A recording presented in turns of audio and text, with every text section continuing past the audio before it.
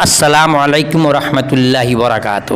میری دعا ہے کہ جتنے احباب جتنے ماسٹر حضرات امتحان دینے جا رہے ہیں سیکشن 2 کا، اللہ تعالیٰ ان کو اچھے نمبرات سے کامیاب کرے آل سبجیکٹ میں۔ میری دعا ہے، اس دعا پہ آپ آمین لکھ دیجیے آپ، ٹھیک ہے نا؟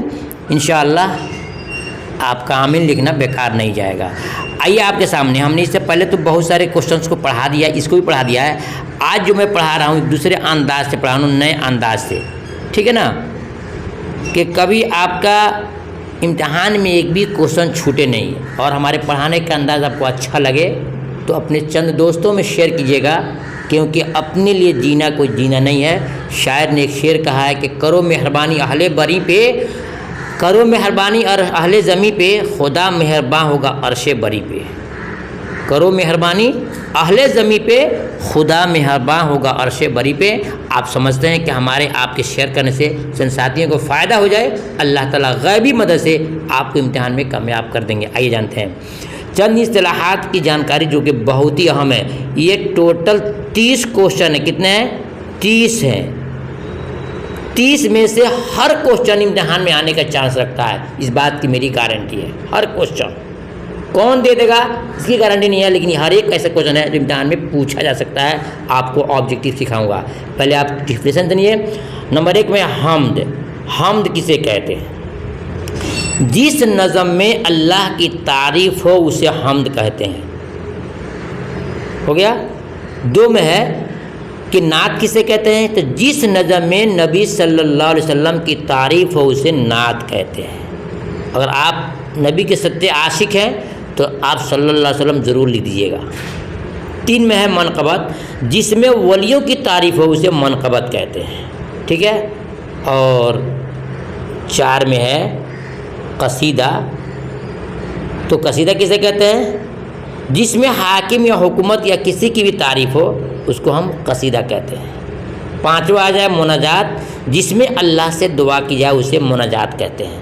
اب آئیے اس کو ہم شارٹ کرتے ہیں، ٹھوس کرتے ہیں اور آپ کو دکھاتے ہیں، دھیان سے سنیے گا، بہت کام کی چیز ہے۔ یہ 6 آپ کے سامنے آ گیا۔ امتحان میں کوشچن اس طرح سیدھا آپ سے ڈیفینیشن نہیں مانگے گا، اس کی تعریف آپ سے نہیں مانگے گا۔ کیسے پوچھے گا کہ جس نظم میں نبی صلی اللہ علیہ وسلم کی تعریف ہو اسے کیا کہتے ہیں، پوچھے گا کیا کہتے ہیں۔ یہ 1 ہو گیا ہم، 2 میں نعت، 3 میں منقبت اور 4 میں قصیدہ۔ 4 وکلپ دے گا کہ جس نظم میں نبی کی تعریف اسے کیا کہتے ہیں۔ جب نبی کا نام آ جائے آپ چنیے گا کہ اس کو ہم نعت کہتے ہیں۔ جس نظم میں ولیوں کی بڑائی ہو، بزرگان دین کی، اولیاء اللہ کی، نیک لوگوں کی بڑائی اسے کیا کہتے ہیں، تو آپ چنیے اس کو منقبت کہتے ہیں۔ جس نظم میں اللہ کی تعریف ہو اسے کیا کہتے ہیں، چنیے گا آپ حمد کہتے ہیں۔ 3 ہو گیا۔ تو حمد ولنی فور اللہ کے لیے اسپیشل ہے، صرف اللہ کی تعریف ہوتی ہے، حمد و ثنا ہو تیری کونو مکان والے، سنے ہوں گے آپ لوگوں نے۔ اور نعت ولنی فور نبی صاحب کی ہے، منقبت ولنی فور ولیوں کی ہے۔ یہ آپ گاڑی میں دیکھیں نا، گاڑی میں 3 قسم کے AC ہوتا ہے، AC 1، AC 2، AC 3۔ AC 1 حمد اللہ کے لیے، AC 2 نبی پاک صلی اللہ علیہ وسلم کے لیے، AC 3 ولیوں کے لیے، ہو گیا نا۔ اب اس کے بعد جو قصیدہ جناب جو آ رہے ہیں یہ جنرل بوگی ہیں، ڈوم چمار ہندو مسلم سب اس میں چڑھتے ہیں نا۔ تو یہ قصیدہ ہے، تو دیکھیے قصیدہ میں حاکم یا حکومت، ہماری آپ کی یا کسی کی تعریف بھی ہو سکتی ہے اور برائی بھی ہو سکتی ہے۔ ایک کوئی قصیدہ لکھتا ہے، کوئی نظم لکھتا ہے جس سے نریندر مودی جی کی بڑائی کرتا ہے تو وہ قصیدہ ہو جائے گا۔ اسی میں اور کوئی قصیدہ لکھتا ہے اور نریندر جی کی اگر برائی لکھتا ہے، ان کے کام اچھے کاموں کو بجائے برے کاموں کو گناتا ہے تو وہ قصیدہ ہو جائے گا۔ معلوم ہوا کہ جس نظم میں کسی کی اچھائی ہو، کسی کی، یہ جنرل بوگی ہو رہا ہے، ہماری آپ کی تمہاری کسی کی، تو آپ سمجھیں گے کیا ہے کہ اچھائی ہو تو بھی قصیدہ ہے اور برائی ہو تو بھی قصیدہ ہے۔ لیکن جہاں اللہ کے نام آ جائے تو حمد چنیں گے، نبی کا نام آ جائے تو نعت چنیں گے، اور ولیوں کا نام آ جائے، بزرگان دین کا نام آ جائے تو اس کو ہم منقبت چنیں گے۔ یہ آپ کی 4 کوشچن ہر سال امتحان میں سے کوئی نہ کوئی آپ سے پوچھا جاتا ہے اور پوچھا جائے گا بھی۔ اب 5واں مناجات، جس نظم میں اللہ سے دعا کی جائے اسے کیا کہتے ہیں۔ پھر یہ 4 وکلپ دے گا، آپ چنیں گے، اسے ہم مناجات کہتے ہیں، اسے مناجات کہتے ہیں، ٹھیک ہے۔ اب آگے دیکھتے ہیں کہ مرثیہ کسے کہتے ہیں۔ پھر کیا اثر بنے گا، کسی کے مرنے کے بعد رنج و غم کا اظہار کرنے کو مرثیہ کہتے ہیں۔ कोई आदमी मर गया है, अच्छा आदमी है, उसके बारे में कोई नज़म पढ़ रहा है, उनकी बातों को याद करके रो रहा है, गा रहा है, मातम कर रहा है, उसको हम मरसिया कहते हैं, ठीक है ना। तो सवाल क्या बनेगा कि किसी के मरने के बाद जो गम का इजहार किया जाए उसे क्या कहते हैं। फिर यही आपके 4 विकल्प दे देता है अगर, क्या कि कसीदा, मुनजात, मरसिया या नसर। तो आप क्या चुनेंगे? मरसिया कहते हैं। तो जिसमें किसी के मरने के बाद उसके रंजो गम का इजहार किया जाए उसे हम मरसिया कहते हैं। क्लियर हो गया? ठीक है, हमारी बात आपको समझ में आ रही है। आपसे बिल्कुल बादब हाथ जोड़कर गुजारिश है कि आप वीडियो को लाइक करके शेयर ज़रूर कीजिएगा। तो दूसरे के वास्ते अगर शेयर करते हैं तो इंशाअल्लाह अल्लाह ताला गैब से इम्तिहान में आपके नंबर को भी डाल देगा, ज़हन में बातों को डाल देगा। चलिए, तो मरसिया किसी के मरने के बाद रंजो गम का इजहार किया जाए उस नज़म को हम मरसिया कहते हैं। एक होता है नज़म, एक होता है नसर। आपने शायद इसको याद नहीं किया होगा, सुनिएगा। नज़म हर वो चीज़ जो सजा करके काफिया रदीफ के रियायत करते हुए लिखा जाए उसको नज़म कहते हैं। नज़म हर वो चीज़ जो सजा कर लिखे जाते, बोलते हैं ना, लब पे आती है दुआ बन के तमन्ना मेरी, ये नज़म हो जाएगा आपको, ठीक है ना। और जो चीज़ किसी एक मौजूद कहानी के तौर पर लिखा गया उसको हम नसर कहते हैं, उसको हम नसर कहते हैं, उसको हम नसर कहते हैं, ठीक है। अब आगे देखते हैं, वाहिद किसे कहते हैं? वाहिद एक को कहते हैं, जैसे लड़का, लड़की, कलम, ये सिंगल पर्सन है। जमा किसे कहते हैं? 2 या 2 से ज़्यादा को जमा कहते हैं। जैसे लड़का है तो लड़के हो गया, तो बहुत सारे लड़के हो गए। लड़की है तो लड़कियां बहुत सारी हो गई। कलम है, उसकी जमा अकलाम है, बहुत सारे कलमें होंगे, ठीक है ना।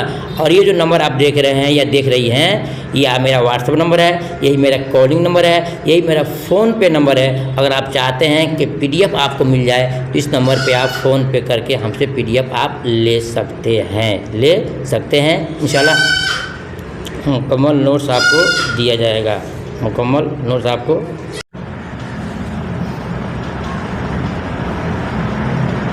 जी जनाब, तो मैं आपसे कह रहा था कि अगर आपको इसकी ख्वाहिश है तो हमसे आप PDF ले सकते हैं बराह रास्त। चलिए अब देखते हैं नंबर 11 में क्या है।